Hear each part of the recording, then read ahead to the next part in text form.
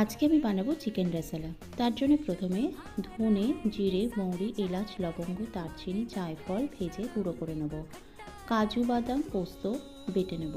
তারপরে আরেক দিকে টক দই, সাদা তেল, গোলমরিচ গুঁড়ো, কেশর, নুন, আদা রসুন বাটা দিয়ে চিকেনটা ভালো করে ম্যারিনেট করে রেখে দেবো। 3 ঘন্টা ম্যারিনেট করে রাখতে হবে।